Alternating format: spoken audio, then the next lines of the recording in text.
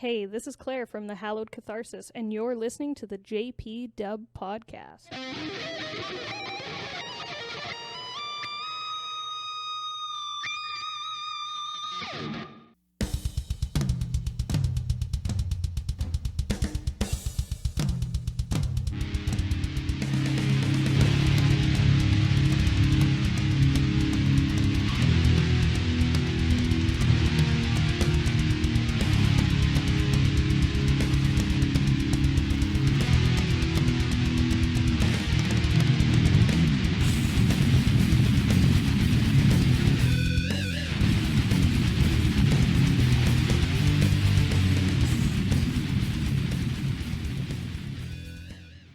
Welcome, everybody, to the JPDUB podcast, episode 7, Force Mutation. Force Mutation.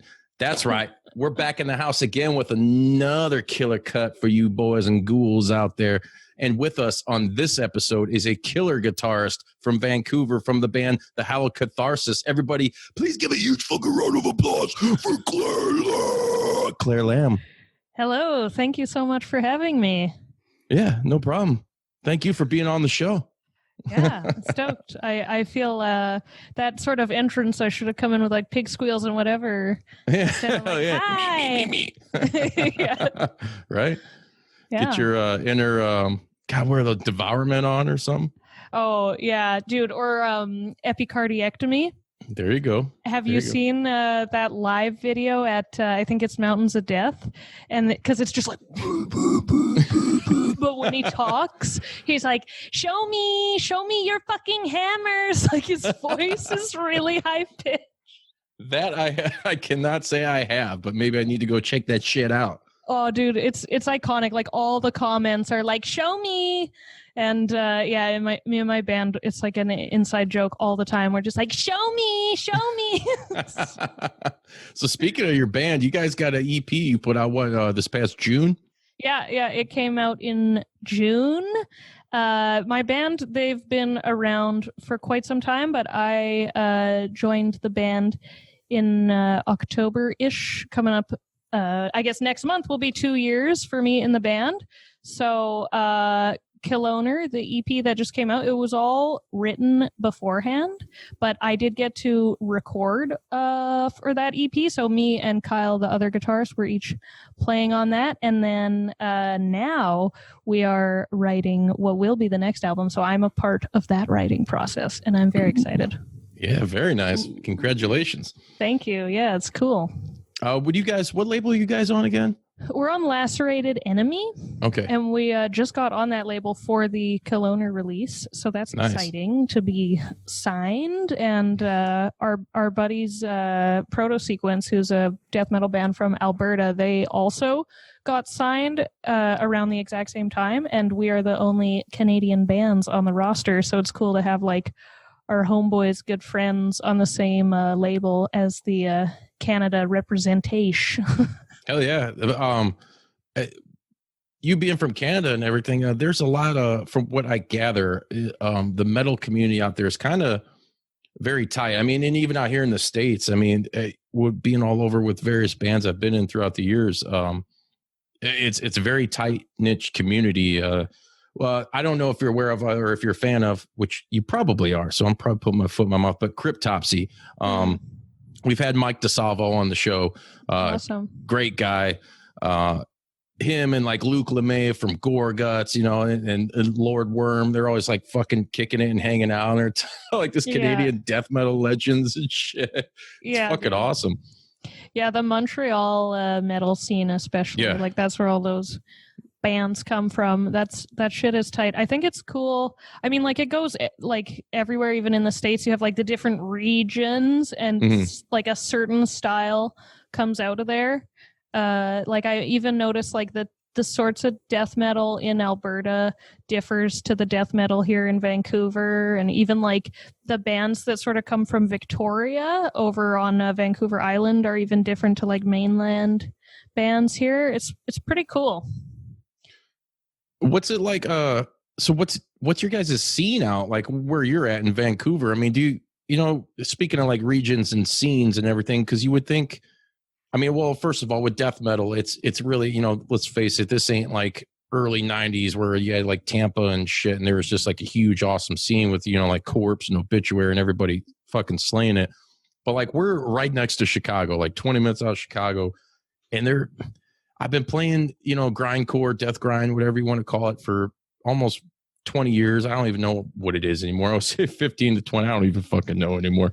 But there's been moments where it seemed like there was a scene, but it's just like it really kind of comes and goes. And you would think with like a huge city like Chicago, there would be some kind of awesome scene going on there, but there really isn't. You know, I mean, they have the venues, and yeah, you'll get Cannibal Corpse or whoever coming through to like the House of Blues or something, but there isn't really like a good scene of good underground bands. Like what? So I guess my question to you is like, in Vancouver and kind of where you're at, is there something out there where there is a tight community of like a good crop of fucking bands that like, hey man, I'm friends with this band, they fucking kill it, and I'm friends with this guy in that band and they're killing it?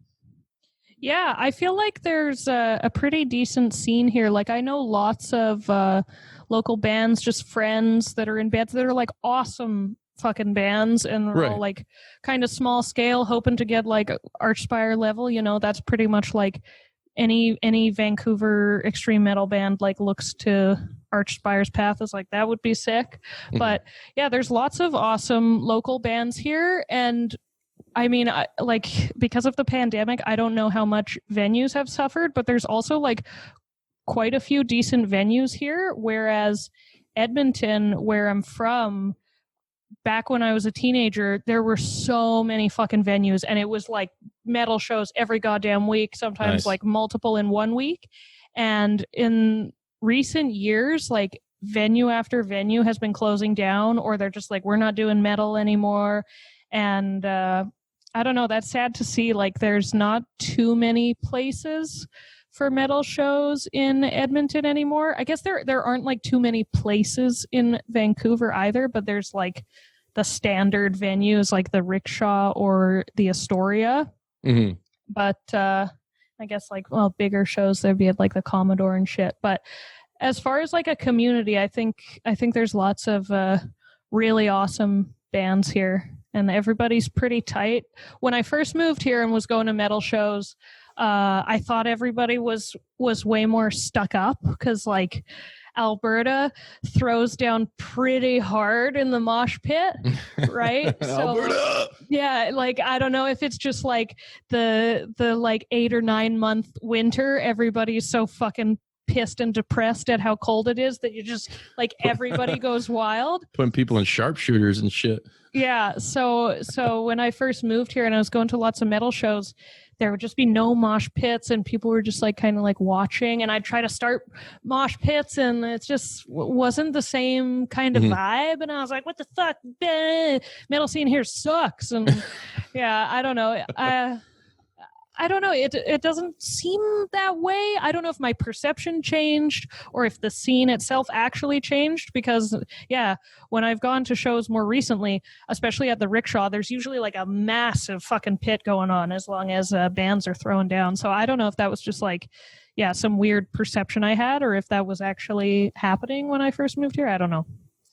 It's great when people can actually throw down. A lot of the problem, unless we played with like, oh no, we've played from some pretty good sized crowds too, where maybe it's just us, or that people don't know how to react to us or what. But it's like some people will start a pit, and then they're just it's like you said, a lot of people are just kind of standing there like, and I get it if you're fucking old, dude. You know, I mean, getting up there, so my body's hurt from all the dumb shit I did on stage. So I try to avoid the pit sometimes, but I just never really got, like, a lot of people just didn't know what to do, you know, and it's like, you don't have to really go out and beat someone up or whatever, but just go out, move around, do something. But I always hated the fucking, what is that? Like is it the deathcore or the supposed, what people consider hardcore dancer, where they're just a helicopter spinning their arms? They look like such fucking turds. Yeah, I hate that. God.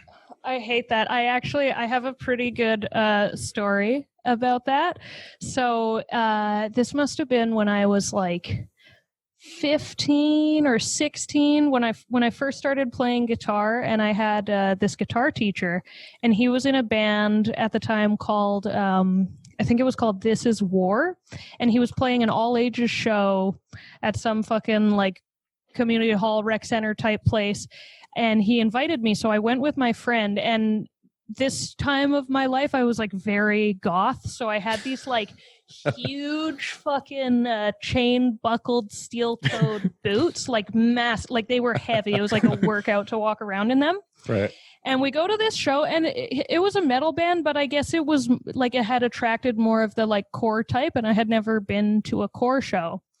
And there was a guy there doing the like intent to hurt rather than moshing. Yeah. If people get hurt, that's just like it's a accident. Nature of the beast. Yeah. Yeah. If you fall over, you help each other up. Like it's still a good vibes place, but this was all bad vibes. Like you could tell his intent was to hurt, and he had his girlfriend there or something, and he would pick her up and swing her around so that her feet would like hit people in the head and stuff.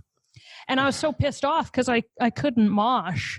Like at the time I was very small. I was like 15 years old. I was like 110 pounds or something. I was like, I'm going to get fucking knocked out if I try to mosh with this person. So eventually he stops and he's watching the band. And so his back is to the pit. And I said, I need to teach this dude a lesson because he needs a taste of his own medicine. And I walked up behind him. And again, I'm wearing these like insane boots. And I like front kicked him as hard as I could, square in the back of his spine, just fucking. And he like got so fucked up. He had to leave. He left, and I was so excited because I was like, yeah, fuck you, buddy. Like if you don't do that. So he left, and then everyone was moshing and having a good time, just light shoves, just way better vibes after he left. So see, that's what I'm talking about. That's the way to handle it when you see people like that. The best thing you can do is just walk up and fucking jack them and get them the hell out of here. Yeah. Most of those guys are, at least in my experience, going across the country with the fucking underground metal is a lot of those dudes are, what do you call it, the straight edge guys. And it's like all these straight edge dudes have a fucking holier than thou, or like. At least most of them that I've come across, I don't want to get canceled. God forbid it's 2020. Everybody shits on me because I have a fucking opinion. But a lot of those guys are all just fucking, they have shitty attitudes and they want to fight all the time. And like, I'm a guy that's like, I'll fight if I have to. I don't want to. I like to get along with everybody, but douchebags like that, they have no room. They need to get the hell out. And I wonder why they're so grumpy. Maybe their dicks are tiny. I don't know. Yeah, too much of that vegan pasta. Not enough iron in their blood from the meat or something, and they're just fucking... or in their metal, Oh yeah, those fucking guys. Yeah. I totally get that though. That sort of like holier than thou vibe. Yeah. Or like, I don't know, they feel better than everyone else or whatever that is. And most of the time, their music is fucking god awful. It's like, who are you better than? Yeah. Linkin Park? All right, maybe I'll give you that. No, I can't even give you that. And I fucking hate Linkin Park. Yeah. I don't so you say you started playing it like what, 15? Well, I don't like to count the early years because when I was a teenager, I was like hard into substance abuse. Yeah. So when I first started playing guitar, I like did not play guitar. I picked it up like once every couple months and was like, I'm going to try to play this Slayer song or like this Pantera thing. And that was like it. But I started playing piano when I was 8 and I did like full classical piano. Nice. And then again, like a teenager, totally dropped away from that stuff. So I think that helped me a lot. And then, I think piano is a great transition instrument into guitar. They're very similar. Yeah. And you're a musician, you get it. That makes sense. Everybody else that doesn't get that. Yeah, it's totally foundational. And then when I was, I guess, 19 is when I decided, I guess I wanted to go to music school. So I got a teacher to help me with the audition. And so then that's why I moved here, was to do a classical guitar program. So, and that was only like 3 years or 2.5 years that I did that for. But when you do classical, if piano isn't your major, it has to be your minor. That's how important piano is. So I got to major in guitar, minor in piano, and do the whole classical thing. And I think those years, like, if my growth at guitar was like this, then going to music school was like that. It was really helpful for me to sort of like catch up, because when I was in high school, I had friends that I like really looked up to because they were in bands and they were playing shows and they were fucking killer musicians, and I wanted to do that so badly, but I was so fucking shy. I was like way too scared to play in front of anybody, so I just like dreamed of it. And actually, the guitarist of Proto Sequence, who's our label mates over in Alberta, his name's Parker. He's like one of my oldest friends, and he's one of the people that, like, when I was in high school, I looked up to him because he was playing in bands. We were going to his shows all the time, and he's really good guitarist. And I was like, I wish I had the courage and also the discipline. I lacked both at the time. But you built it up, and I mean, that's awesome to be able to go to school for it. A guy like me, my story with, like, because I'm a vocalist, but I do guitar was like my first passion. I'm nowhere near being like up to the skill level of you. And I used to, in high school, I used to be pretty damn good. I used to be able to read sheet music because I did jazz guitar and stuff. And then that's like something, if you don't keep up with it, it's, practice makes perfect, boys and girls. Yeah, 100%. I used to be so envious of my friends, because when I was a kid, and I'm talking like back maybe like anywhere between 8 to 10 to 12 years old, all of my friends were getting guitars. And like I was into music at a really young age, like heavily, where, I was playing games with my brother, and as far as like, what band is this on the radio? And that's how I learned like so much, like Black Sabbath or Deep Purple or whoever was on, and learned a bunch about classic rock and, early heavy metal and stuff. And I got so hooked, and I wanted to play so fucking bad. And then I really, as a kid, I got into Nirvana, and that kind of expanded my musical horizons to the fullest and really got me into punk rock, which I'm so grateful for, because that's pretty much, I mean, it's metal and punk are where my heart and soul lie. And that's probably why I got into grindcore, because it's metal and punk rock, right? Yeah, it's like the perfect fusion of the two. But I just remember being jealous of kids and getting guitars. And I remember for Christmas, I forgot how old I was. Maybe I was like 10 at the time, 12. I don't remember. But I got this fucking guitar, right? And this wasn't even a real fucking guitar. It was like a something you plugged into your computer. It was all fucking plastic, like the neck and the fretboard. There was no real strings, and there was like 4 really hard wires. They weren't guitar strings like at the base where you fucking pluck and everything. And you put this program in, and it was like teaching you how to learn all this fucking 80s cock rock and shit. And I think the one good song was like 5 Minutes Alone by Pantera on there. And I remember being so pissed off about that. Yeah. I got this shit for Christmas or my birthday. I can't remember which one, but I hopped on that for a second just to give it a shot, even though I had a bad taste in my mouth about it. See, man, this fucking sucks. I went in my room. I busted that motherfucker up. I was like, hey, my else getting a guitar with me. Yeah, that sounds terrible, whatever the fuck that thing was. Yeah, it was some weird, I don't know. I'll have to look that up because it was fucking awful. Some like proto Guitar Hero fucking thing. Yeah, I was so jealous. So I used to have a baseball bat, toy baseball bat. I'd sit in my room and act like I was like rocking out the shit. That's how bad I wanted to play. So when I finally got one, this is all leading up to my main point here. When I got one, I was probably a freshman in high school, and I play left-handed, which sucks because it's really hard to come across a decent instrument. And right now I got like a left-handed Schecter, like it's older, like Omen 6 or whatever, but they're great guitars. Like if the North Koreans built missiles like they built these guitars, we're all in trouble.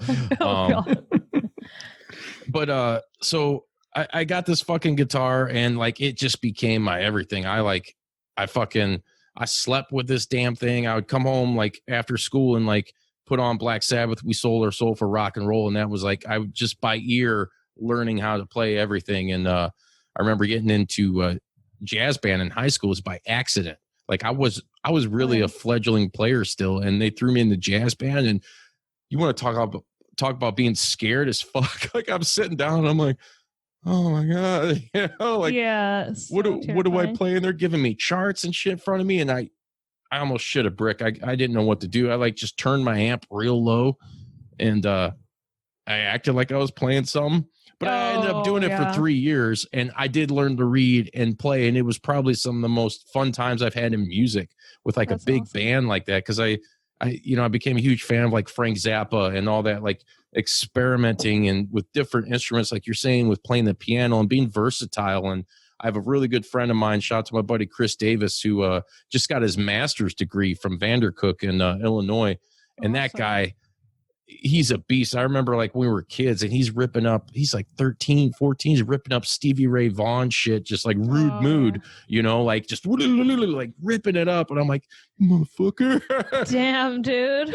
Yeah. And he played for Obama when he was a president and shit. Holy fuck. Yeah. That's crazy, man.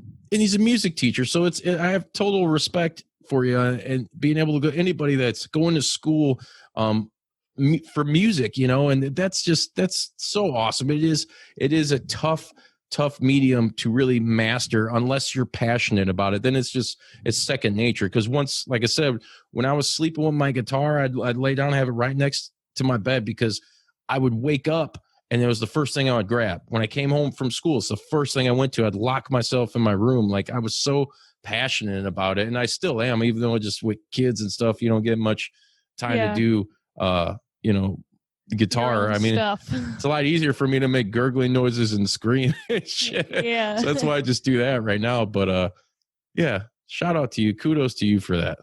Thanks, man. Yeah, that's awesome. You sound very passionate about it indeed.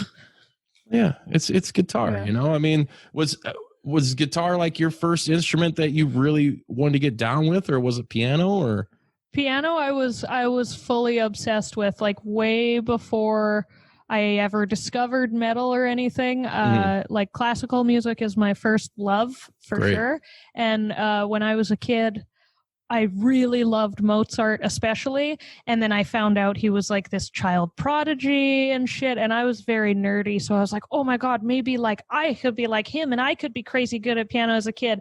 So I asked my parents for piano lessons, and then started doing like classical stuff. And I would like blindfold myself and try to play, because Mozart did that. I would try to play like backwards. I learned the fucking Star Wars theme with my toes. Like I could play it with my fucking toes.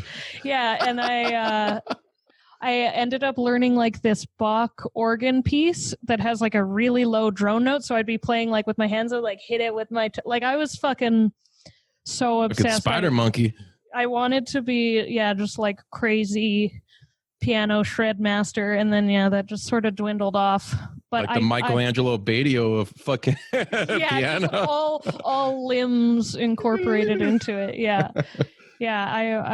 I love piano, and I mean, I haven't played in a long time. My keyboard is like propped up against the wall, so I'm a bit nervous when I do finally go back to it. Like as you said, you have to keep up. So I feel that it's probably deteriorated a lot, but it's definitely like first passion, first love for me. And then when I was a teenager, and because I got into metal pretty young, but I didn't find like the exact metal that I was looking for until I was a teenager. Yeah, it's like, especially, and I mean, maybe you can agree or attest to this too. I know for me, it was like I said, starting off with like Black Sabbath and Iron Maiden and that stuff, and maybe even some that's not metal, but like the Doors, which was kind of on like the eerie, creepy side. And as I got older and I was an angry kid, my musical taste just progressively, and I liked more technical stuff, because I remember hearing about like death metal and hearing like Cannibal Corpse as a young kid, and I didn't like it at all. Then as I grew older, it's just like I said, my taste, and you change either as a musician or just a fan of music. Like it's a progression. And I always preach that, because like people that are really in the music know what I'm talking about. Like you're saying, where you found your place in metal, I'm sure like you started at point A and then worked yourself to where you are now. So what was your story on that? I have like specific markers that I feel like were integral to like the steps that it took for me to find that place, right? Like in grade 2, I had this friend, her name was Laura Wolf, and for whatever reason, she had found Slipknot. Like, I don't know if her dad had showed her or something. Like, we're both very young, and so she showed me Slipknot, and we fucking loved it. Like, we thought it was awesome. So for me, I think it was always finding like the heaviest, because I was like, whoa, this is like the craziest shit I've ever heard. So I was fully obsessed. And I have a sister who's 2.5 years older than me, and she also got into more alternative stuff. So when I was in grade 4, she started listening to Avenged Sevenfold, and then I heard that, and I was like, oh shit, like this is what's up, this is what's fucking crazy. And I was so obsessed with them, I made a Pixo website, if you've ever heard of that fucking, it was like some like create your own blog fucking shit in the like early mid 2000s. So I made this like intense fucking informative website, like everything I could possibly find out about Avenged Sevenfold. I was like compiling all this information. I was so obsessed. And then in grade 6, my sister and her friend, I think to try to scare me, they thought it would scare me, they showed me Born in a Casket by Cannibal Corpse. Yes. And I was like, whoa, now this is like, every time I was like, this is the craziest shit I've ever heard. And I think it's so funny because like, I think the name, they were like thinking it was going to scare me. They're like, Born in a Casket, Claire. And I think I was so young, I didn't know what a casket was. So I was like, yeah, cool, man. Like, just like, oh, sick. Yeah. Yeah. And then grade 7, I found Cradle of Filth. Grade 8, I found Dimmu Borgir. Grade 9 was Behemoth. And then at the end of grade 9 is when I found Decapitated and Necrophagist. And that was like, that's the top tier. And then like since then, my life dream is to be like Vogue and to be like Muhammad. Like one day, hopefully, I hope I can like commit time to practicing vocals and then just be like, and like shred guitar and do intense gutturals. That would just be like. And play drums or keyboard with your toes, get those grim synths going. Get some atmospheric shit in there. Right. Some toe synth. Yeah.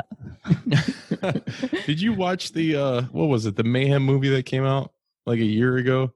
Oh, is that the, Behold no. It had Macaulay Culkin's brother in it. Oh, I don't think I've seen that. I've seen like a bunch of those black metal documentaries on YouTube, but I don't think I've seen that one. I can't remember what the fuck it was called. Botchamania moment. Yeah. What would you say you're more prone to now? I mean, are you really more? I know you guys are like death metal, but you guys got some different shit going on with your band. Are you more, would you say more death metal than black metal, or which way do you kind of lean in that spectrum? I love black metal, but death metal is like number 1 place in my heart. My band, they consider themselves more like progressive metal. And I'm hoping that with my influence, we will be more just like heavy as fuck death metal, because that's what I really like. I want to just be slamming all the time. I like like old Decapitated and Necrophagist is still like top tier favorite for me. I also fucking love Surreption, Spawn of Possession. I really like Pathology. They're pretty sick. I like lots of slam, honestly. Lots of good slam out there, man. Well, you gotta be a big Dying Fetus fan. You're looking for that slam and that groove, you know? Yeah, fucking love Dying Fetus. Oh, also, I have to shout out Deicide. My whole band makes fun of me so hard because I fucking, like my Deicide worship is like over the top.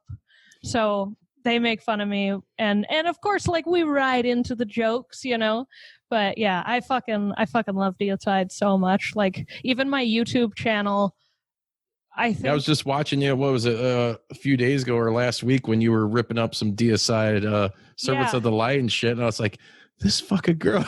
yeah. I have like multiple Deicide covers. The only other band that I've done multiple songs so far is Dimmu Borgir. Like on my Twitch, I have this app called Go Play Along where you can sync up a tab to MP3 audio, so you can play. Nice. You can look at a tab and listen to the actual music. And I have like 25 Deicide songs on there or something. Like I go hard on the Deicide. They're my party music. Like if I'm getting drunk, I always want to throw on Deicide. Fuck yeah. But at the same time, if I'm like bummed out and I want to cheer up, I throw on Deicide. Like they're just like my everything mood. And there's this like metal bar restaurant here in Vancouver called Jackalopes.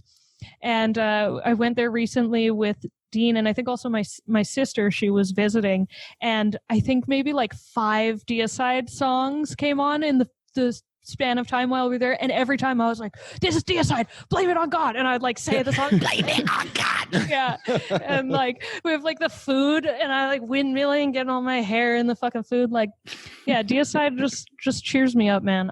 That's good on you for that. I love Deicide. I mean, that's my heart and soul belongs a lot on the death metal side to just like that classic, just American brutal death metal, Obituary, totally. Deicide, Corpse, Suffocation. I mean, the list goes on. And I actually had the privilege to play with Deicide. Oh, that's fucking awesome. 3 years ago now. And it was when Jack Owen was still with him. So that was a plus too, to get to talk to Jack Owen. Now he's making shit stink in that garbage 6 feet under. And I want to say, yeah, that's right. I said it. It's Barnes. Just give it up, bro. You're done. It's over. Man. But yeah, it was so cool. And to meet Glenn and talk to him, it was fucking surreal. Like I said, hey man, let's take a picture. Like, all right, what do you want to do? I'm just like, I don't know, some cool like the typical metal shit. I have a picture with him too, and he's doing the same thing. Like, right? I was totally awestruck in front of Glenn Benton, but I did have like a much more colloquial chat session with Steve Ashheim, which was super cool. I think he had been drinking quite a bit. Oh, I'm sure. The guard was down and it felt more like bro-y, but I was like very nervous in front of Glenn, and he was driving that night, so he was definitely totally sober. But yeah, I drove down to Seattle because Deicide was playing. I think this was 2 years ago now. And it was around like May or something. And as much as I love Deicide and I've loved them since high school, I had actually never seen them before. Like for whatever reason, just unable to in the past whenever they had come through or was out of town or something. So it's like, okay, they're fucking playing Seattle. I'm driving down 100%. And I went down with a friend. And the night before, I decided that I was going to check out the set list, because I usually don't check out the set list. I just go and experience it. Right. But I was like, I just need to know it. I was driving me crazy because I have so many like all-time favorites by Deicide. I was like, I need to know like if they're playing any of my favorites, just so I don't get let down. And when I read that list the night before, there were so many of my favorites that I legit cried. I was so happy. Tears of joy. And then even still today, I think that's the best show I've ever been to. Like, they all fucking killed it so hard. They played fucking like so well, so locked in, such high energy. I fucking lost my shit like the entire time. I didn't mosh though, because I had front, like right at the front of the stage. Oh yeah. And I was like, I'm not losing this spot. And I was very close to Glenn. So I was just like bouncing on the spot and headbanging the whole time and like singing along all the words. And I got a Glenn Benton pick actually. And I also got a pick from their new guitarist at the time, Chris Canella. So I had 2 picks, and then there was a guy behind me and he's like, oh, what, you got a pick? Dang. And I was like, you can have this one, the one from the guitarist. And he's like, oh, sick, dude, it's my birthday. Thank you so much. I was like, fucking happy birthday, man. Yeah, I got Glenn's pick, motherfucker. Yeah, exactly. It's like, I'm not going to give up that one though. Yeah. That's awesome. Deicide, they rip so hard. It's like you said, they're a band I could put on at any time. And I do occasionally in the morning on the way to work, to get to wake me up. That's my cup of coffee with my cup of coffee. Yeah, totally. They know how to amp you up. What's some of your other favorite bands that you're into? Surreption for sure, as far as like a newer band, even though they're not they're not that new. Necrophagist is old standard. Yeah, we play with Necrophagist too out in Chicago at fuck. And this is back when I was in Decrypt. I don't even know, like 12, 13 years ago, Logan Square, Sretton in Chicago. Wow. That's awesome. As Glenn Benton would say, Chicago. Yeah. Remember that live? That's a running joke with me and my buddy, my drummer, Brad. Whenever we go anywhere and it's like we're playing in the city, it's whatever, it's like Chicago. Yeah, that's fucking awesome. Yeah, old Decapitated I still love. Spawn of Possession I really like. Do you think they really did what they supposedly did? Oh, you don't have to answer that. I'm being weird. Yeah, let's not even go there.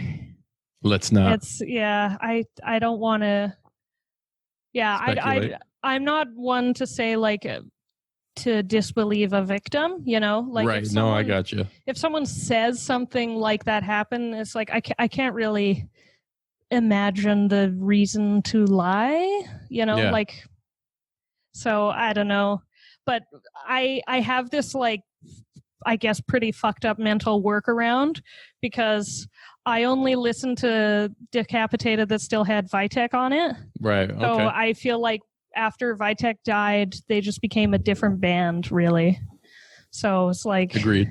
Whatever happened there happened. Sorry, I threw that one at you. No, that's all. I hate to say a joke, but yeah. Yeah. Next. Yeah. Moving along. So who else you got? I mean, there's got to be. What about Grindcore? You listen to Grindcore at all or no? Not so much. I mean, really? What's keeping you, girl? Come on. When I first moved here, I guess not first moved here, after I've been here a couple years, I started playing in this band, Acidic Death, and we were like more grindcore death metal, and it's super fun. There's nothing like holding me against it. I just like more pristine production, I guess. I don't even think I can say that though, because I like so much Deicide. Well, that's why I'm telling you, you got to check us out, Handsome Prick. I mean, if you like, we're the best of everything. As Sammy Hagar would say, best of both worlds. Yeah, totally. Yeah, I mean, send me some of your grind standards. I'm always looking for new music because I feel like I just listen to the same stuff. Got a lot. I mean, and I'll tell you what, not a bad place to start would be probably one of my favorite grind bands of all time, Nasm. Oh yeah. That was so fucking sad when Misko got swept up in that damn hurricane. Oh my God. I was fortunate enough to see them on their farewell tour when they brought in what's his nuts from God, who did vocals for him? I'm having a beer moment. I can't remember too much partying. But anyways, they went on tour to kind of like, hey, this is our final thing, you know, and we're never going to play again, which is cool because a lot of bands, especially I should say like mainstream bands or some shit, you know, like look at your Alice in Chains. It's like, all right, dude, Jerry Cantrell was a huge part of that band, but come on, Lane Staley is like a voice you cannot fucking replace. But they did it, you know, so I mean, money talks. Yeah. So they did this last little tour. They played Maryland Death Fest and shit. And I caught them in Chicago, luckily at Reggie's, and it was fucking awesome. I got to talk to Anders, the drummer, and yeah, I have mad respect for that band. They were, to me, it was like the second coming of grind, like the early 2000s. Relapse was putting out all this good shit like Pig Destroyer and Nasm and so on and so forth. And they kind of picked up where Napalm left off, you know? Mm-hmm. Yeah, so that's awesome. So if you're going to get into some grind, check them out. Check out some Bird Flesh too. Oh, sure. Yeah, I'll check it out. So I have a question for both of you. So okay. Since you're the guest, you know, however you guys want to answer.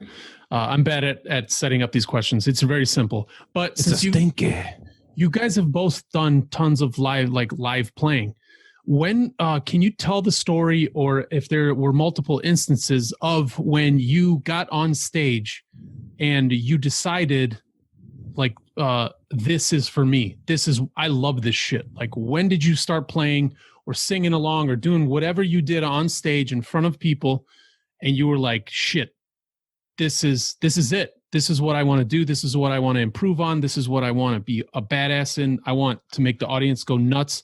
I want to throw picks so that people that have their birthday said, shit, I got a pick from her. Like, do you have a story like that?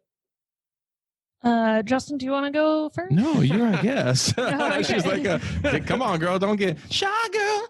Yeah. I don't know. For me, hearing those bands for the first time, like Decapitated and shit, when I was young, and hearing that was the most like I need to do that in my life. And I definitely always fantasized like playing shows and stuff, but my stage fright is definitely the biggest thing I've had to overcome. So really only recently, and I guess I can't even say, because the longest tour I've ever done, and I've only done one real tour, was last summer with THC, and we just did BC and Alberta, so it was just like a week long. So each show there's a bit less anxiety, and it's always so much fun. Like, I fucking love playing on stage with my band. It's a really good time, but I get so fucking nervous beforehand, like just real bad times, lots of time spent in the bathroom, if you know what I mean. So like, that part is like really hard for me to overcome, but once I'm on stage, I really love it. I mean, as far as like one specific moment, I'm not sure if there was any one specific time. Let me rephrase it, because while you were talking, I thought of a second question. My second question is, was there ever after a show where you were on the bill with a couple other bands or another band where you sat down and maybe you just started, or maybe you have that thing where like, I'm just somebody playing a guitar on stage. You went backstage after the show, and those other people saw you as a peer. So you started to have discussions with other musicians that you were like, this dude's a fucking badass, and he's looking at me in the eyes like a fellow badass. Like, do you have any of those type of instances where you're like, shit, I deserve to be up here, and I'm just as good as these boners? Well, boners. Jesus. I don't know. Yeah, I know your buddy guy. I'm not your boner, man. Fucking, oh my God, that's the Saddam Hussein South Park impression. I love it. Hussein. Yeah, hey guys. Fuck it, dude, it's so good. I don't know. I have that horrible condition where musicians always are really hard on themselves. So like, even if I'm hanging out with other band dudes, my brain never allows me to think like I'm as good as anyone else. And I even have this running joke in my band that I'm the Toki and Kyle is the Squizgar. Like, I have that self-deprecating kind of mentality. So yeah, I don't know. It'd be cool to one day be like, maybe it's also because I like Dean Lamb of Archspire is my husband. So I'm constantly comparing myself to somebody who's like so crazy good and has so many more years ahead of me. But I do have a pretty good story where I felt like maybe I can do this, or maybe because before I was in THC and before I had really played any shows, like when I was in Acidic Death, we only played one house show. Dean would always make me sound check his guitar to try to help my stage fright.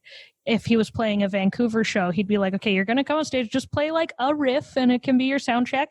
And like, it'll help you. And the first time I ever sound checked for Dean, I think was at the Red Room or some place like downtown Vancouver with Psychroptic, and I was so fucking nervous because the crowd was already in there that I sound checked Dean's guitar with my back to the crowd. I didn't look at anyone, and I just played like a tiny bit and handed him his guitar. And then there was another time he was playing the Rickshaw with Visceral Disgorge and Despised Icon. Oh yeah! It's sick lineup, and I was hanging out. Very sick. And I was hanging out in the green room with Visceral Disgorge, and I was so fucking nervous just to play a riff that I was back there like practicing on his guitar for hours, and the dudes in Visceral Disgorge were back there, and they're like, man, you need to chill, like you're practicing more than anybody that's fucking actually playing tonight just to play some riff. And I was telling them how nervous I am, and so when I go up to play the riff, for the fucking sound check, the dudes in Visceral Disgorge came into the crowd, and as I'm playing the riff, they all started going, Claire, Claire, Claire, Claire. And so then the rest of the crowd that's waiting for Archspire to play all started chanting my name as well. And yeah, it was just nice. Yeah. And like other times when I've been playing with THC, and you look into the crowd, those moments when you make eye contact with someone that's like really stoked and they just have like this huge smile on their face, or right when you make eye contact, they're like, yeah, that makes me feel so good. It's like, oh, okay, what I'm doing is actually like bringing joy to people, and they like it and I like it. So it's all good vibes. So you got to get out of your own brain sometimes, I think. Oh yeah, definitely. I mean, I've played hundreds. I don't even know how many shows now, and I get nervous. You know, even if we played shows in front of one person, and we played shows in front of hundreds of people, and it's still the same. I always try to bring it no matter what. But it's always those butterflies because you want to do good. Yeah. And going back to what you were saying earlier, Sretton, it's where it's like meeting maybe a hero or a band that like, man, you know, they're really fucking good. But our thing back in the day was like, we all knew we were good at what we did, but we weren't dicks about it. You know, there's like a form of humility with, you know, we're not going to just go brag and blah, blah, blah, be braggadocious about shit. But we knew we were confident in our abilities, which is, I think, key in anybody that's going to be successful. You have to have some of that, you know, in order to gain some success and maybe notoriety, because if you don't have that confidence in yourselves, no one else is going to, you know? Mm-hmm. So, you know, when playing like you know, the 3-day fucking drawn out fests and all that shit, and you'd see a shit ton of death metal bands, and I love death metal with all my heart and soul, but you know, Claire, there's a lot of them that are kind of boring, where it's just stagnant, and you're sitting through and you're just like, man, I can't wait. That would like motivate me. Like, I cannot wait to get on stage and like pump these motherfuckers up, because I'm going to be flipping off stage, and we're going to be beating each other up while we play, you know, like yeah. Jimbo knocked me out, and our old bass player in Decrypt like knocked me out in San Antonio, Texas. I didn't know where the fuck I was. I was like, whoa. But then I got pissed, and I tried lifting his big ass up, and he's like 300 pounds, and I couldn't do it. And I looked like a fucking idiot, but it was a good time nonetheless. Yeah. I do remember this one time we played, shout out to Matt Bishop, who was a guest on this podcast. He used to throw on the Central Illinois Metal Fest. We played one year with Decrypt, and I remember we had just fucking ripped it up, and I did like I said, I used to always do like flip somersaults off stage, and I'm paying the price now for that. No one would ever catch me. People would scatter like roaches, and I hit my back and be like, and like I hear people like, he's fucking dead. He died. Like, no. That's amazing. And you know, just being brutal, and it wasn't like an act. You know, mm-hmm. It was just, that's how everything in my life that was negative all came out through that. And you know, like as you're saying, is like being nervous, and especially fronting a band. Like I get like, you know, being in any stage of a band, but when you got to be the mouthpiece of somebody else's band, it's not even mine, you know, and you have the pressure of, all right, I got to perform for this guy, make sure that, you know, their shit sounds good because it's theirs. It wasn't my original shit. I'm just the guy out there doing it. And then on top of that, you have to please the crowd. And then there is a little part where you have to please yourself. Like you were saying, Claire, where it's like, you know, you get that musician, I call it an artist thing, where you're never satisfied. You put pen to paper, that drawing sucks, you know, you put pick to fucking string, that riff sucks, you know, and you're constantly, and unfortunately, I've known a lot of really killer artists and musicians that haven't gotten anywhere because they let that aspect sink into their brain too much, and they never get anything done. Yeah. It's because like, oh, it's never good enough. It's never good enough. And it never flourish. There has to be a point of acceptance at some time, or at least a fuck it, moment. Yeah. And that's kind of where I would get. It's like, fuck it. I'm just going to go out there like, and just be me. And I was so into the music that it's fast and it's aggressive. I can be fucking a maniac on stage and just like feeling it right now. It's been so long. It's been a year. But I remember flipping off that stage and then going in the back, and Corporate Death from Macabre was back there, and he's like, what the fuck was that? I'm like looking like, what? He's like, I've never seen any shit like that. And I'm like, oh my God. And then he like invited us to play their Christmas show that year, which we ended up not being able to do because we lost Brad at the time. But it was like still a huge honor because, like Macabre are like legends, the death metal community, and like especially around here in Chicagoland and stuff. Yeah. For him to be like stoked that whenever we'd play on Chicago, he'd come and see us, and we'd be fucking hanging out and smoke blunts with Corporate Death and shit. That's like fucking sick. It's fucking awesome, And then you don't really think about it at the time because it's like right now, like I think you're a fucking badass guitar player. You're an intimidating guitar player, especially because, and I don't mean this to sound sexist or anything, but you don't see a lot of female guitar players in this genre of music, at least that are of any good and have the quality of background of musicianship that you have. So I really dig and appreciate that, and it's thanks, man. That's nice. That's nice to hear. Anytime. Don't let anybody else ever fucking tell you otherwise. If they do, I got fucking elbow wait for them.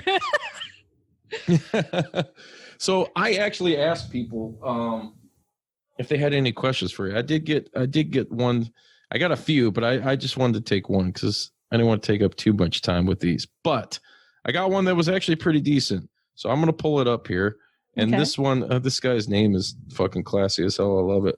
So this is on Instagram. His name is @SomeMFDude. Oh, nice. Or Avery Garner. So what up, Avery? Your question's on air. I hope you're listening, Avery? Like you said you were. We're gonna fight you. He said, "Hey, yeah, I have a question for her. How is THC doing?" By the way, I love the abbreviation is THC. That's fucking killer. It's pretty great. How is THC doing during the pandemic? Tips for small bands trying to get by during these difficult times. Thank you. Nice. Thank you for the question, Avery. Or some motherfucking dude. Yeah. Savory Avery. Oh. Or perhaps unsavory with his implication of his name. Yeah, he's a stinky. Yeah, so the pandemic, like everyone, it hit us pretty hard. We had like the saddest April Fool's joke ever because my band, we had our first ever full Canadian tour booked for all of April, and we were going to go with our label mates Proto Sequence, and yeah, this was the first time any of us were going to go all the way across Canada and back touring, and it was supposed to start April 1st, and we had to cancel it because of the pandemic. So that like crushed us and fucking destroyed our spirits, especially because we had only ever done like short stints. So we used our drummer's Tahoe before that because we could all fit in it and then just tow a trailer. But we needed something we could actually sleep in since we'd be going places where we didn't have any friends that we could crash at. So we fucking bought a van, a secondhand van, built bunks in it. Like, obviously that's a huge investment for like... I mean, my income is piss, so like it was hard. Piss on my ass. Piss on my ass. Yeah, it was a hard investment to swallow, and then for it to just be canceled, and we had like just put in the merch order, and then it was canceled, and we were all just so fucking bummed. So that like crushed us, but.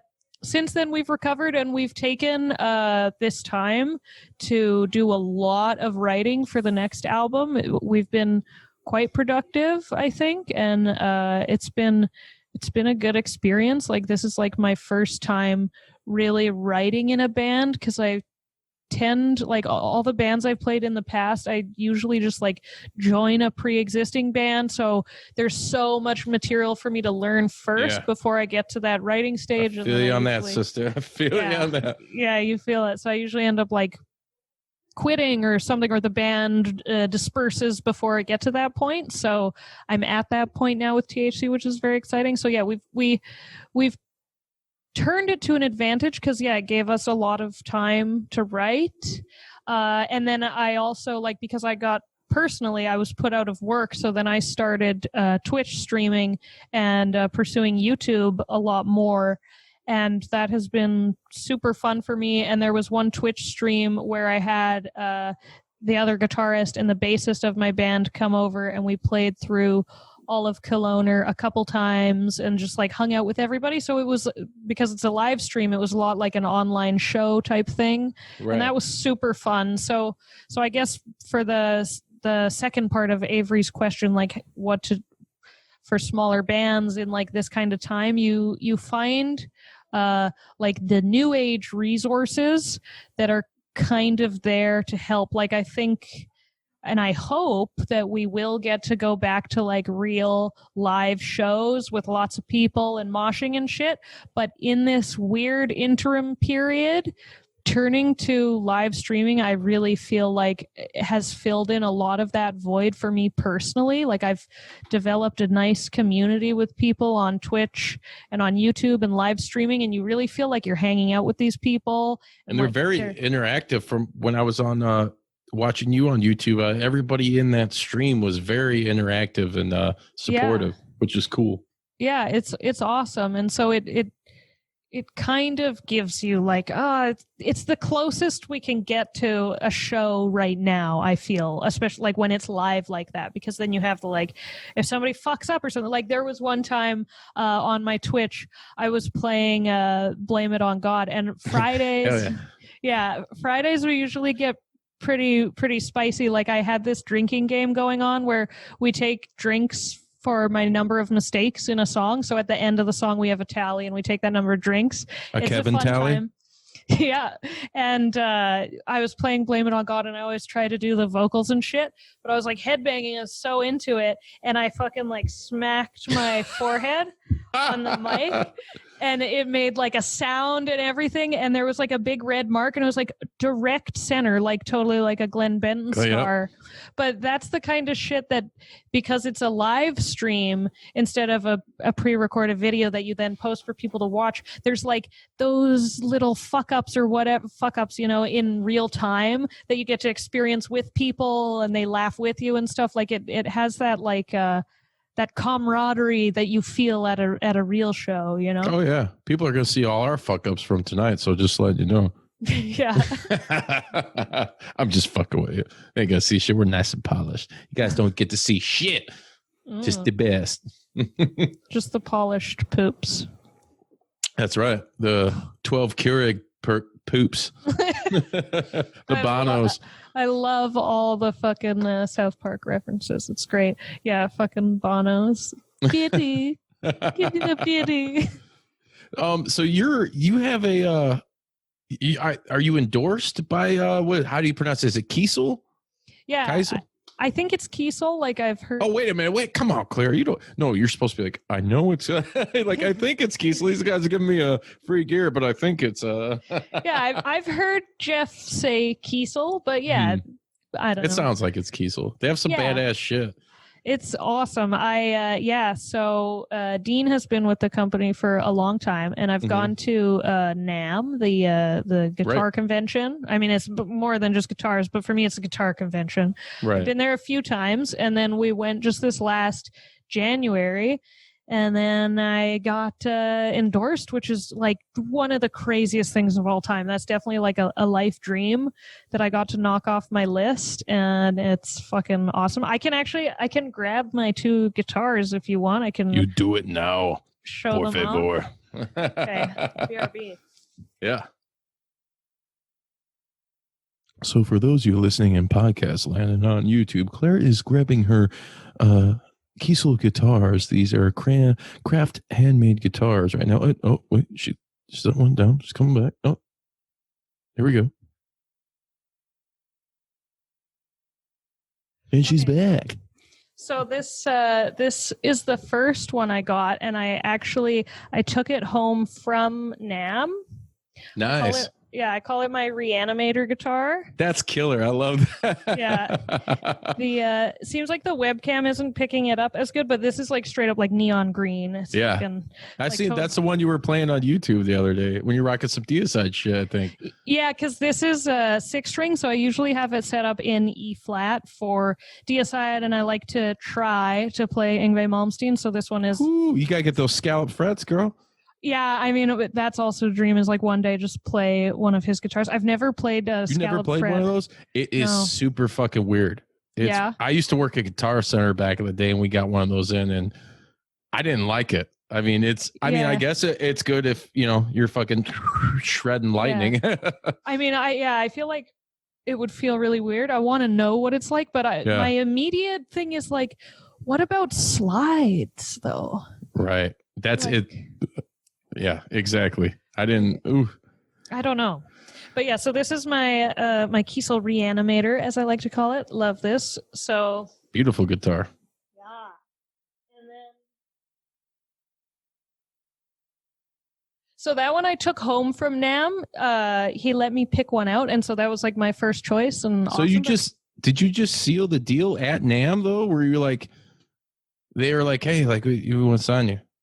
Yeah, we like discussed some stuff and sort of sealed the deal. And so he was talking about like making me a guitar, and I was like, that would be fucking sick. But the following weekend, I was filming a music video with THC, and I was like, it would be so sick to get a Kiesel guitar, but it would also suck for us to film a music video and I'm playing an Ibanez in it. So he was like, okay, pick out a couple guitars here that's at the booth, and if we don't sell it by the end of the weekend, you can take that one home. So that, what I call the Reanimator guitar, was my first choice. And we went through the day, and at the end of the day it was not purchased, and he's like, all right, you can take it. And I was like, holy fuck, that's crazy. Awesome. It's so sick. And then this one is my 7-string, and this one is like my total custom order, so everything is like what I chose.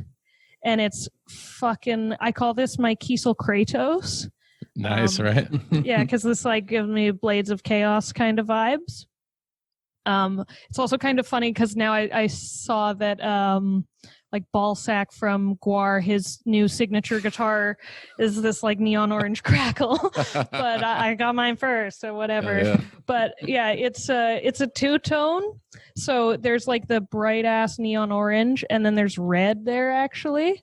And then my fret dots are red, and it's a reverse headstock 7-string. And it's actually the like the Marca Kubo signature headstock. So I don't think this is even like something you can order unless you get like the Marca Kubo guitar. So this is my fucking pride. But I love the Reanimator guitar as well. Like I love both of these guitars, and I got like everything as light as possible. Like I talked to them about what it looks light. It looks like it's got some beef to it, but it looks light for some reason. Yeah, it's so fucking light. Like it's lighter than the 6-string, and that's awesome. Like especially now that I do the Twitch streams and stuff, I have a standing desk over at my station, and I have done some Twitch streams for like 5 hours. So you're playing guitar standing for that long with the strap on your shoulder is gnarly. So having like as light a guitar as possible is real handy. Hell yeah. That's some badass gear.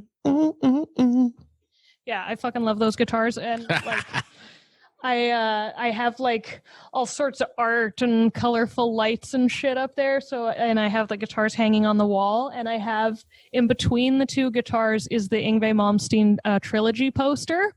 Nice. Which is like orange sunset kind of stuff with a fucking green dragon on it. So it's like both guitars come together in one piece of art. And then I have like some of my paintings around there and shit. It's like, yeah, I just like look at that area of my wall all the time with so much love. Right? Like, thank God for the pandemic. Then you get to spend time looking at that shit and doing that. Yeah, exactly. That's a killer spot you got going on. Yeah, it's nice. My little station, and then I'm like surrounded by Dean's fucking amazing Kiesels right now because I'm over at his station. Yeah. Station. I thought you were talking about some Bill and Ted shit for a minute. No, I'd always call like your work, like your desk. I always call it my station. Yeah, I just assume that everybody calls their desk their station. You know, we're gonna start now, right? So outside of music and everything, what's some of the other stuff you like doing? You mentioned some of your paintings. I mean, is this some stuff you've done yourself or?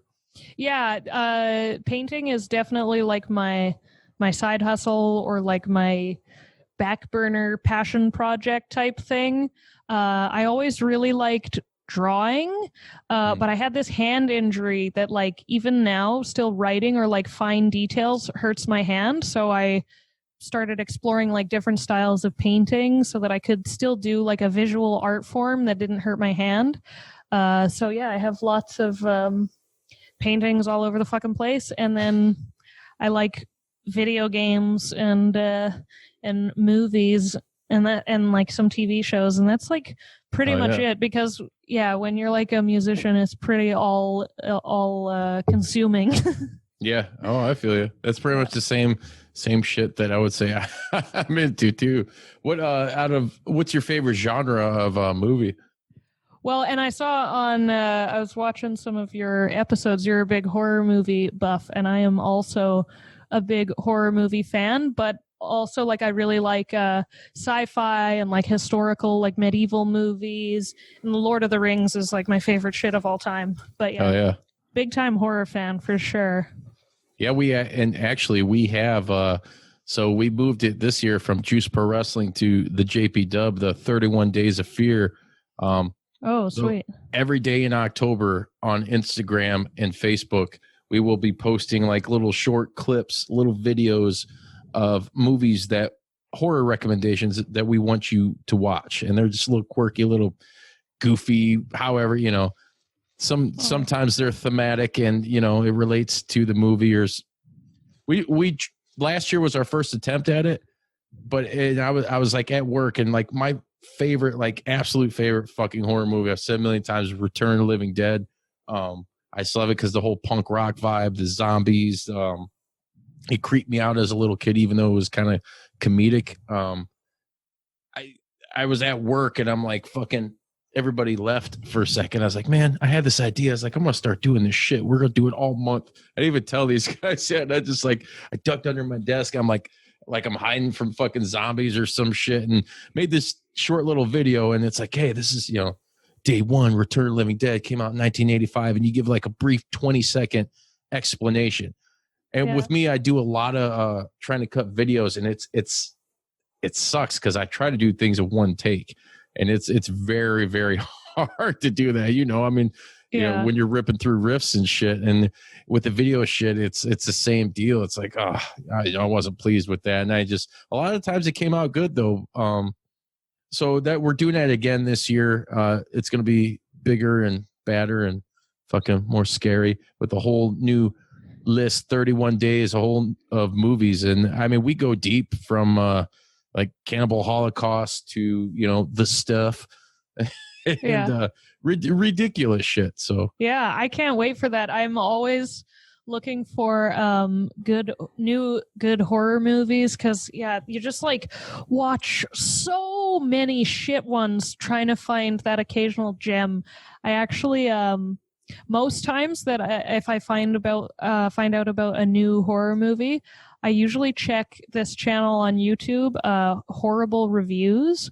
This guy, I've been watching his videos since I was like 14 or something, and he just sits in his living room, he's drinking like a beer or whatever, and he's like, okay, so I'm gonna watch this movie now, and then he does like a little time lapse thing, and then he's like, okay, and then he talks about the movie, and he just always has like sick horror on there. So I'm like, okay, I value your opinion, so I'll see if he's reviewed a movie, I check it out, see what he has to say about it, and then give it a go. But I'm curious if you have any like specific like country of horror style that you like a lot, like how like France versus Korean horror versus Japanese or whatever, if you have like a favorite I do I do. Italy. I love Lucio Fulci. I absolutely. Is that Sallow, the 120 Days of Sodom, or who's? Zombie. Like House by the Cemetery. Man, I'm gonna start giving away some of my. Thanks, Claire. I'm giving away my list already. No, it's good. I as far as foreign like directors and movies go, and like I was a really young kid. I think I started watching horror probably I was like fucking 3 or 4 years old or something. So I got balls deep into that really early. And then as a young kid and a teenager, me and my buddies were renting out the entire horror section at the movie stores, like back when they had VHS and shit still. I was watching, that's how I got turned on like Evil Dead and all that stuff and Dead Alive. And yeah, so fucking good. It's so fucking good. But I would say Fulci is my favorite, and he's got some duds out there. There's some fucking stinkers, but I love the Italian gore. It's just it's gore, and I need some more. And Fulci does it right, and it's just like it's really disgusting looking. That's awesome. I should check out some of his movies. Oh yeah, yeah. I'm definitely hard into the gore as well. Yeah, it's great, and I'm a fan of I love practical effects. It's a lost art, Man. It's really CGI is. I'll give you the perfect example, and this isn't a horror movie, but Mad Max, the latest one that came out, which was mainly all practical shit. As far as I know, I don't think they used a lot of CGI or hardly any, but. And look at the picture that you see, it's fucking amazing. Like that visual, that landscape, everything. It's a very well fucking done movie. Yeah. And I know it's expensive, and that's what sucks is everybody's so fucking. Come on, Hollywood. You guys have fucking deep pockets. It's not like me. It's over here scratching a fucking kicking and clawing to survive, motherfuckers. There's a finger to you. But invest in your product. Give us the practical effects, especially. Could you imagine in this day and age, like robotics, like if they were making, yeah, man.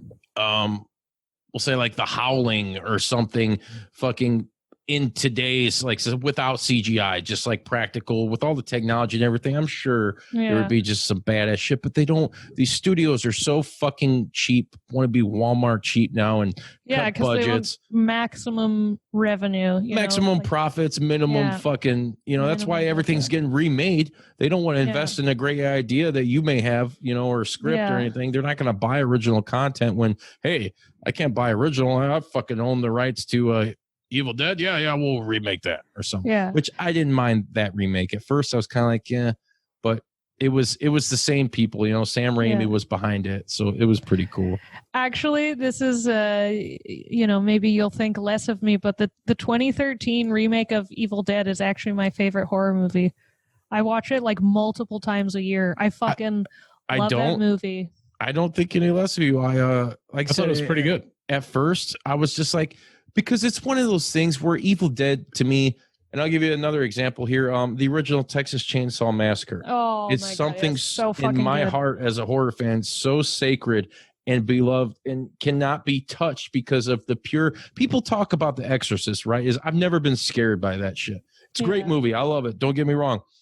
Texas Chainsaw Massacre, when I was a young kid, as realistic and as gritty as that is, gives you a antagonist or a villain and a character that is believably like gonna scare you, and it is that shit could really fucking happen, it's like some psycho unsettling. Cannibal. It's so raw and shout out, man, rest in peace Toby Hooper, because he did so much great shit. Totally. And like the feeling you get at the end of that movie, like her going away on the truck, you feel like even though the visceral horror is over, the psychological horror that's for her is going to be lifelong, and you like feel so much in literally no words like that.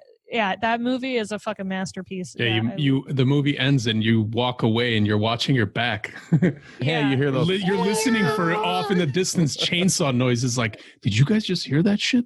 And I love Leatherface at the end where he's just like that crazy motion. I love playing as Mortal Kombat 10 too. It's like you got to go with Leatherface every time. That's so sick. Yeah.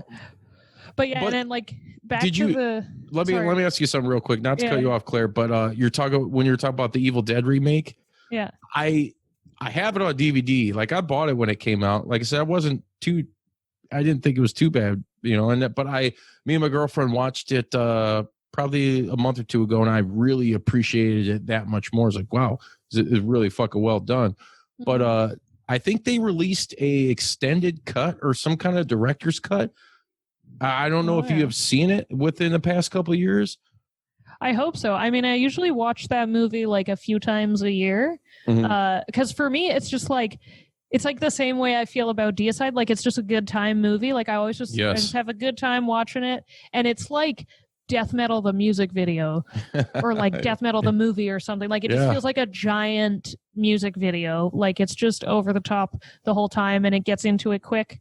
But I'm not sure if I've seen the extended or director's cut or whatever, because I always just, watch stream movies online. Hey, I don't own a Fire Stick. Yeah, never done it. Yeah, I do have a really massive. It kills me, but I actually just bought a house, so hopefully I'll be able to unveil them. That's my dream. Is I just want all my horror collection and books to be on display for everybody. Like, this guy's fucking badass. yeah, that'd be so awesome. Have like I have a shit ton of horror movies and DVDs, and we were talking earlier about Michelangelo Badio. I have Shock 'em Dead on VHS. I don't know if you're familiar with that. It's a ridiculous movie. I fucking love it. It's like, to me, it's a genre that's, I can't really explain it. It's, once you're a horror fan, you're sucked in. Like, there's so much great shit. I mean, even going back to, like, I love the goofy shit too. I love my gore. I love my goofy stuff. That's why, like, Evil Dead and Army of Darkness, and Sren's a huge fan, and we actually have a Army of Darkness Evil Dead podcast in the works. So. Fuck, that's awesome. Yeah, I fucking love Evil Dead. I have a bunch of like horror movie merch. I'm really into like getting the shirts more so than like death metal shirts nowadays. Oh, that was the thing. Like, for me in the mid 2000s, I had so much great fucking horror shirts, and I don't know where the hell they're all at now. But yeah, if once we start this, maybe we'll hit you up and you can get down on this Evil Dead podcast with us. Yeah, that would be awesome. I fucking love Evil Dead. Actually, Dean and I, we were watching a little while ago, like the behind the scenes for Evil Dead 2, and they're talking about how they like did certain scenes, and I don't remember if it's like a pencil flying through the screen or something, but you can actually see the wire. So they talk about like these little like fuck ups that they did at the time that like you never would notice until they point it out to you, and then it's just forever. You're like, oh my god, it's fucking, like these little slip ups, but it's so endearing. It's so much more endearing. It's so great. And I'm so still to this day heartbroken. It's been like 2-3 years now since they canceled Ash vs. Evil Dead. Did you watch any of that? I didn't really ever get into it. I don't know. Really? Yeah.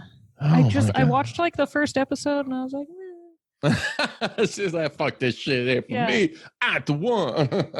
Yeah, I don't know if it was just like I just need Bruce Campbell as like this iconic like 80s 90s like he's stuck in time for you piece. Like I don't know if it was something like that, like seeing him in like a totally modern, even though he has like a brief cameo in the 2013 Evil Dead.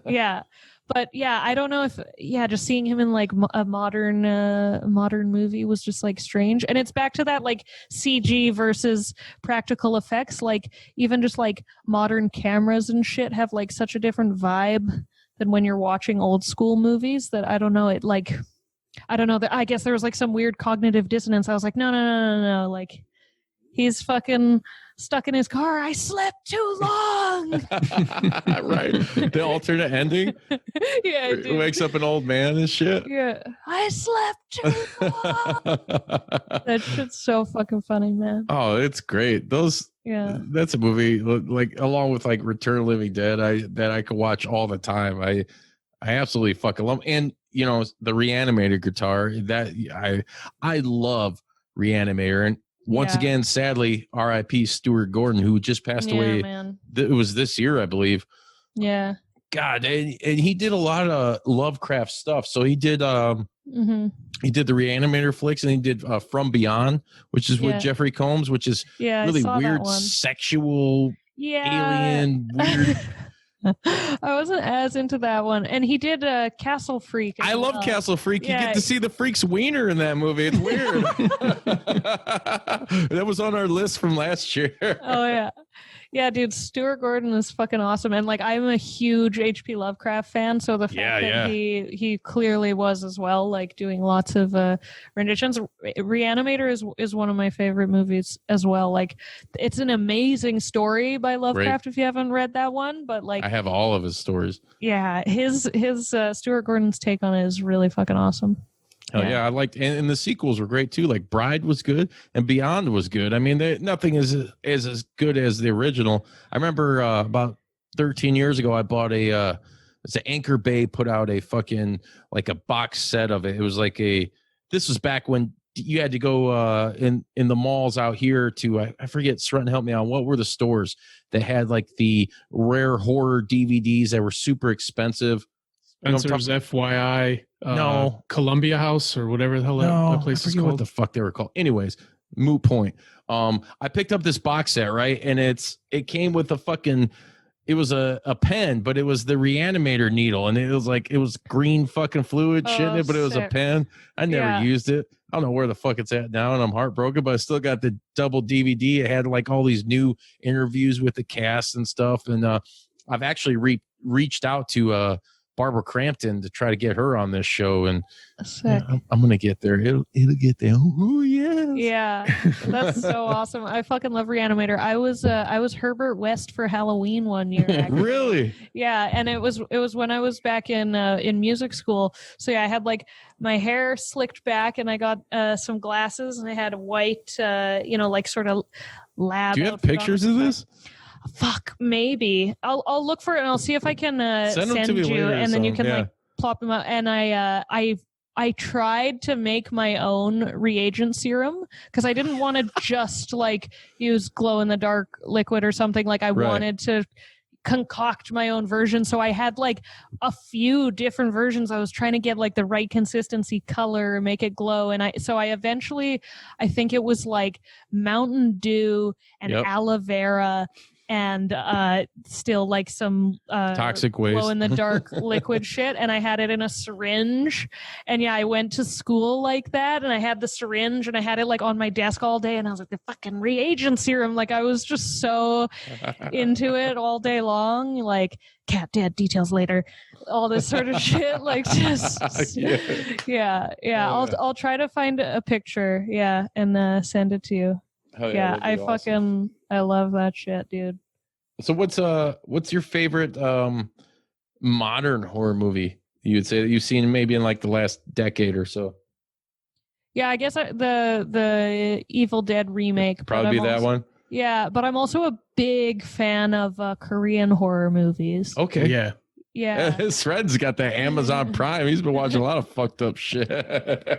Yeah, I love there's like I think actually also if you watch this channel on YouTube called Nerd Writer, he has a video specifically on Korean horror, and I think he outlined it really well. He said that like most Western horror, the end emotion they're trying to make you feel when you're walking away from it is fear.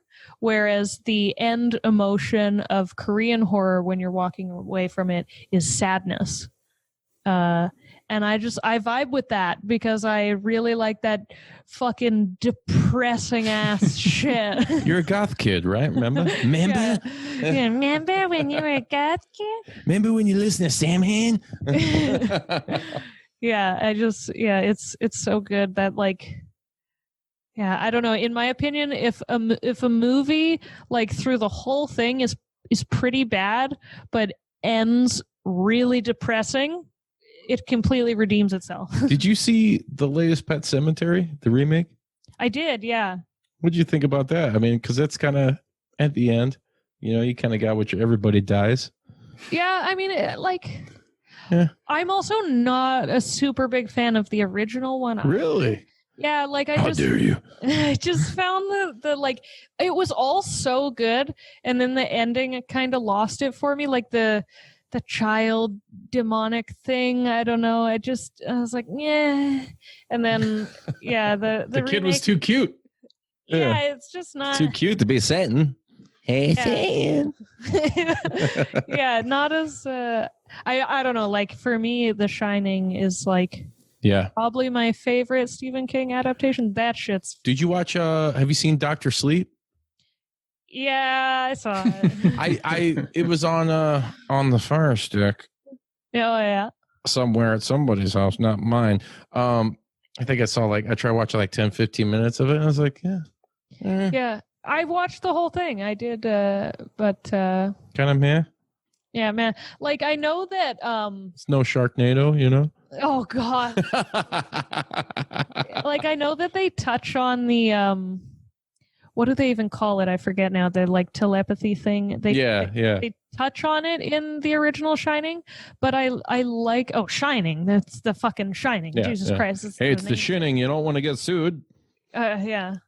So I know they touch on it, but I like how like realistic or plausible just the idea of like going out into this super secluded area when you're really stressed because you're trying to fucking write this book and you're just not getting it out, that you get that cabin fever and you just like lose your fucking mind. Like there's so much like visceral realism to that that I really like. So like without any of the supernatural shit, it's just like a fucking creepy ass good movie. And then Dr. Sleep is like Dean and I really make fun of it because why are vampires, or like they're like psychic vampires, why are they always sexual? Why is it always like and like they're getting off on like it's just so weird. I saw like this little boy die and I was like, I'm a fucking parent, so it's whatever. Sometimes that shit affects me weird depending on the movie I'm watching, Yeah. I'm like, God damn it, this fucking kid didn't need to die. I need to get in there and help him. I cannot let the death of my unborn baby kill it. Kill it. God damn, dude. Oh, and actually, you know what? Since we're talking about horror movies, that South Park episode, they totally do the thing. Yes, they do. Yes, they do. The blood. With the blood. Yeah. Yeah. Which also John Carpenter's The Thing is an amazing movie. One of my favorites. Another one that was on our list last year. Great. So the remake, or I guess that wasn't a remake. That was a prequel, right, Sren? The 2011 is that thing 20, they made? Is that 2011 already? Holy fuck. Yeah. Yeah.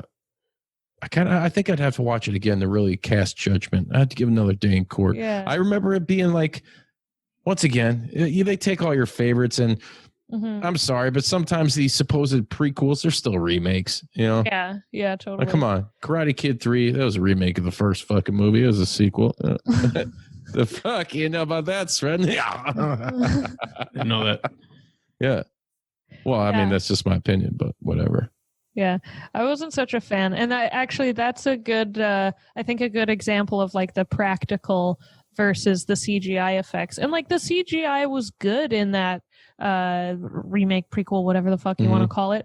But John Carpenter's The Thing, the practical effects are fucking legendary. Like they're so awesome. It's creepy. It makes you feel uneasy. They're so disgusting.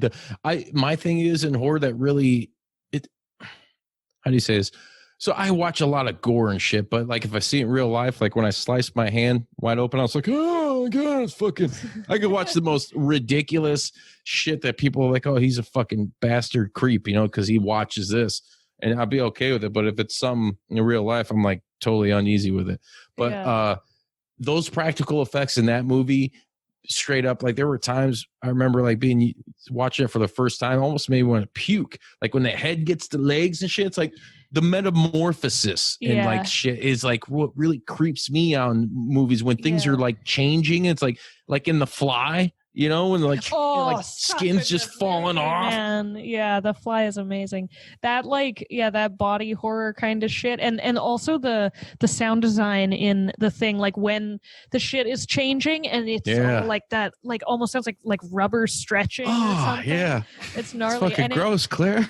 Yeah, and it has that like almost like a claymation look to it as it's moving, right. And I find like watching like claymation shit freaks me out probably more than like any other shit I watch. So, right. Going back to the way old school, like Jason and the Argonauts. Something about claymation, like those the ABCs of Death. Yeah, I got those. And, the ones that use claymation. There's one in it might be the ABCs of Death 2, that it's like this claymation one. It's like I don't even really remember. It's like a bug going in this dude's head or something. That one was like, ugh. Something about that just really got to me. I did notice recently, because I'm flying through all this Amazon shit, is you don't need any budget. What the technology, and they almost always use the practical effects and no CGI. They've gotten really good in horror movies showing face skull crushing. There's almost in every new horror movie when you Savini was the master of that shit. Bash in a head. But with the new ones, they won't use CGI. For some reason, they've figured out how to, make it cheap where they can just crush skulls. I just watched a really low budget, very not exciting horror movie. It was called The Night Eats the World. It's a zombie movie with one guy in it. And man, that's not the only one, but there's a bunch of these where people get their faces smushed and they cut to the actual face and you're like, fuck, it looks real. There's no CGI. And back to the Korean shit, the reason it's so cool is there's a lot of Korean thrillers with serial killers and stuff. Like I saw The Devil. Have you guys seen that one? Yeah, dude, I fucking love that movie. And there's a bunch of those in that kind of vein where you're like, this is a detective movie, but then it's actually kind of a horror thriller, and the violence in those is graphic. And when you're done watching, you're like, man, I think they killed like 6 people in real life to make this shit. Yeah, very intense. And it's like you said, Claire, when the movie ends, you're not like, even if they like, it doesn't matter what the outcome is. When the movie ends, you're like, you're sad. You're like, fuck. Like, have you guys seen, I think it's, I get them mixed up. There's a trilogy, but one is called like Sympathy for Mr. Vengeance or something like that. I'm mixing them up.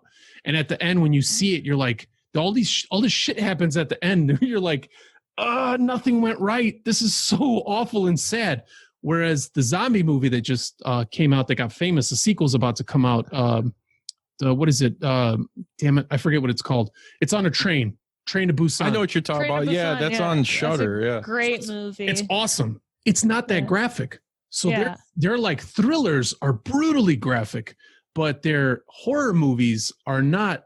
Like they're not that graphically violent, but that Train to Busan was really good. So that's really good. Yeah, that's is that Bong Joon-ho? No, I don't think Train to Busan is the dude who did The Host and Parasite and also Okja. I haven't seen Parasite. Is Parasite worth watching? Yeah, man, it's so fucking good.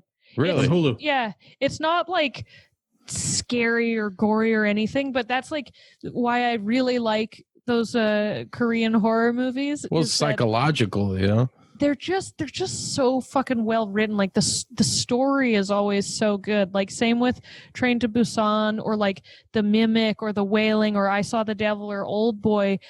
Old Boy is tight. Just so fucking perfect and like well thought out. Or man, I always fucking forget the name of. Old Boy's Old Boy's a very good example of one of those movies where it has a happy ending, but because you know the details of what actually happened, like with the main character and the girl, like when you know what the actual, like what they did during the movie, you're like, good, everybody survived. But god damn it. Like you finish watching it, you're like, fuck. Yeah, it's not a happy ending for the viewer. Like, you're at the end of that, like, Jesus Christ, that's so brutal. It's not good. I love the vibe of Korean horror. Although I just watched a zombie one, what was it, like hashtag alive or something like that, and I wasn't really feeling it. It had a happy ending. It had a rainbow at the end with people like running and holding hands and shit. You're like, nah, this is bullshit. Yeah. Well, and that's the thing too, is zombie movies. I mean, they got to be really unique, and I can't wait. That's why I can't wait to get to this year's list, because I have a really there's probably 3 or 4 really unique zombie movies on this year's list that I'm excited for people to check out, because I don't think they're as popular as, I mean, obviously they're not as popular as like Dawn, Night, Day, and Dawn of the Dead or anything like that, or Evil Dead or Dead Alive, but they're really good where they kind of step outside the box. That's what you have to do now to make a good zombie film, because they're so fucking saturated. And it's just every bozo with a fucking camera and like $5 is making zombie movies now. Totally. Yeah. I'm excited to see that list, because I feel that way so much, like, oh, it's a zombie movie, like it's probably not good. And and that's how I got, like, I don't like the found footage paranormal shit, because I feel like worst. That's the worst. Every jack off with a fucking a camcorder and $10 is like, oh, I can fucking put this like thing, and like I don't like the Paranormal Activity movies. It's jump scare shit. Nothing fucking happens. Yeah, you have like you're watching somebody sleep and the fucking door opens or whatever. It's like, man, if you're doing paranormal horror, you need to go all the fuck out. Like you have so much opportunity. Like you're doing like supernatural, like that means that like anything can happen, because you're basically like, it's like fucking magic can go down, and you're like, oh yeah, the fucking cup fell out of the cupboard or whatever. It's like, right. Dude, just fuck that. I want to see some weird shit going on. Yeah, like I want to fucking like some fucking black ass shadows with some evil eyes. There's some weird, I don't know, some trees fucking crawling up your skirt or something. Oh wait, that was Evil Dead. Yeah, like Evil Dead, or like The Exorcist. If they were going that hard that long ago, if you're gonna do a paranormal movie now, like you gotta fucking go full tilt. And they didn't really have first Evil Dead. They didn't have shit for a budget on that film. Yeah. And it's awesome. Yeah, it's fucking amazing. Yeah. Like it's great. It's a classic. Yeah. Even like Blair Witch Project. I think that as far as those movies go, that's probably the only one in that realm that I like. And actually, somebody commented on my Instagram recently. They said that they read something about how I don't know if it was like the director came out and said this, or if it was the actors that said this or whatever, that the story is actually about those two dudes transpired a plan to kill that girl, and they're all like planting these things to psychologically fuck her up. Like they are actually implementing this torture on her to make her think that there's like some fucking thing in the woods, but there's actually nothing, and they kill her there. And they like never show the monster or anything, and the other dudes, they don't show that they died. There's just like those teeth that they find. So I thought that was really cool, and like thinking about it that way, it makes it like a more interesting or like unique story. Right. Yeah, you totally got to go for uniqueness in this day and age, because there's so much. Yeah. So real quick here, like I said, we're definitely we got to get you involved in like the Evil Dead thing, and maybe too even get you involved on this list. So, if your list is not yet compiled, I mean it's compiled. But there's always room for alternates, And not only that, but maybe if you want to get in on helping on some of the video action. For it's just sure. short. I think what we do last year, Sren, it was like 30-second clips. Try to keep it super short. Yeah, they're super short. And it's cool. It's fun because it's a challenge. Like I remember, I can't think of which one. Man, what was I cutting one for? Maybe it was Blood Diner. Yeah, I think it was Blood Diner. Have you ever seen Blood Diner? No. Oh my God, you gotta check it out. Shita. Okay. I was like, I have this, my girlfriend's got this light up like fucking pentagram in our kitchen. I just turn all the lights off and turn that on, grab this big fucking steak knife and like licking it and just being fucking creepy, and getting creative. And it's fun, That's fun awesome. to challenge yourself. And it's cool when it's in the moment. I'm very much being a huge jazz fan. Improvisation is really key to me in like entertainment. And it doesn't matter if you have some flubs here and there, because that's the realness, the rawness of improv. That's going to happen because we're not perfect. We can't just nail it. But I like that. It's what makes us human and entertaining. So I like to keep it that way. Hell yeah, man.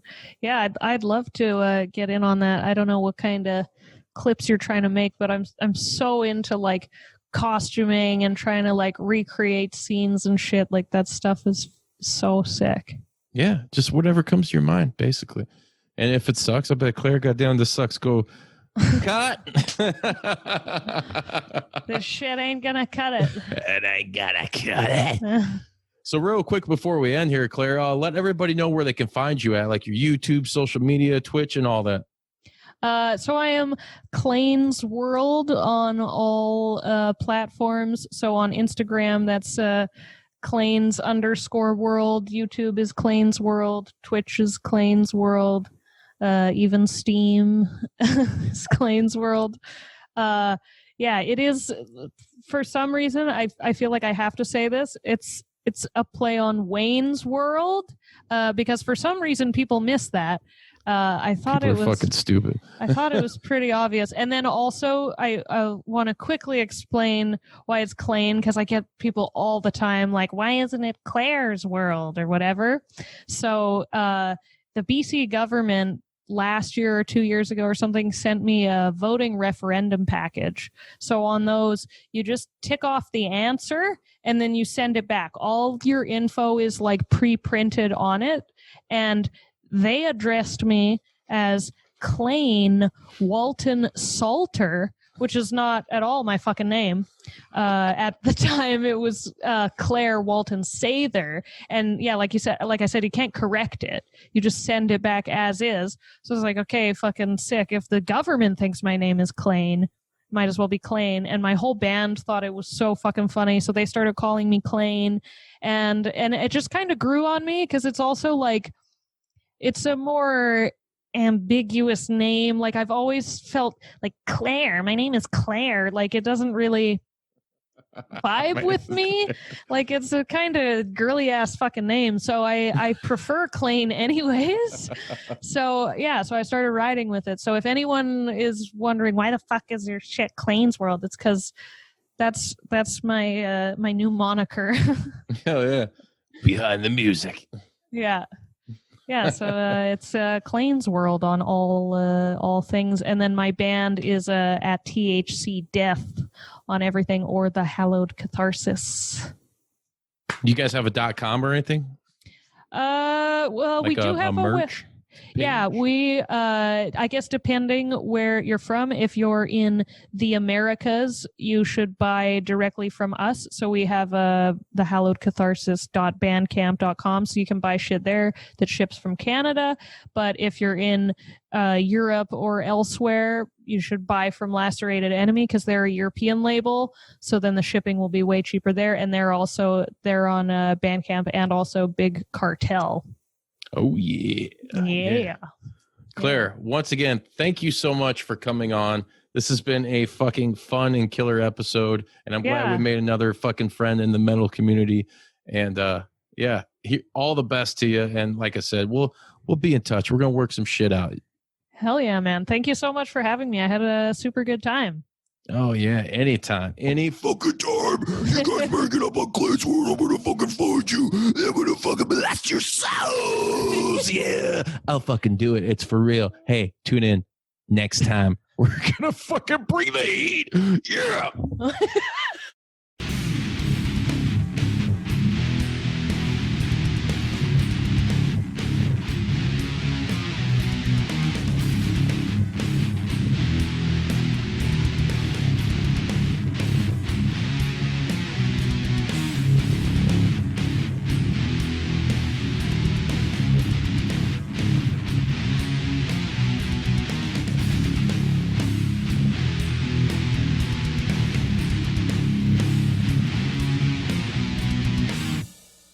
If you like that video, then please hit subscribe and share with all of your friends, and continue to support the JPDUB podcast. We're all over the place on all podcasting platforms for your stimulation.